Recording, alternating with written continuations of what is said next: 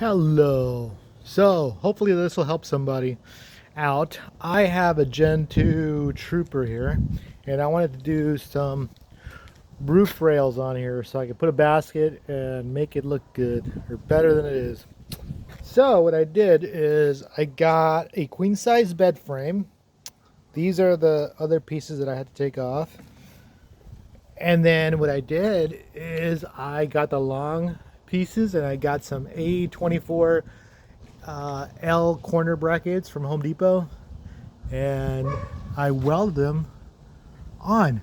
Now I just have a regular Flux welder from Harbor Freight Tools, and I'm not an expert welder at all.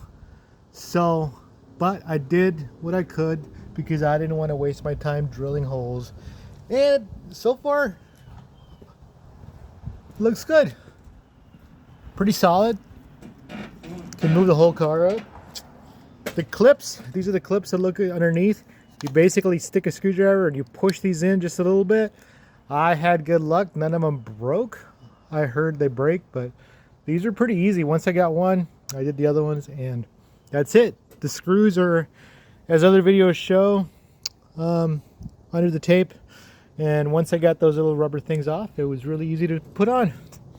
So now I'll just put some crossbars. I originally had the ones that mount on the windows with those clamps on that go around here, but I noticed that they kept my door from shutting all the way.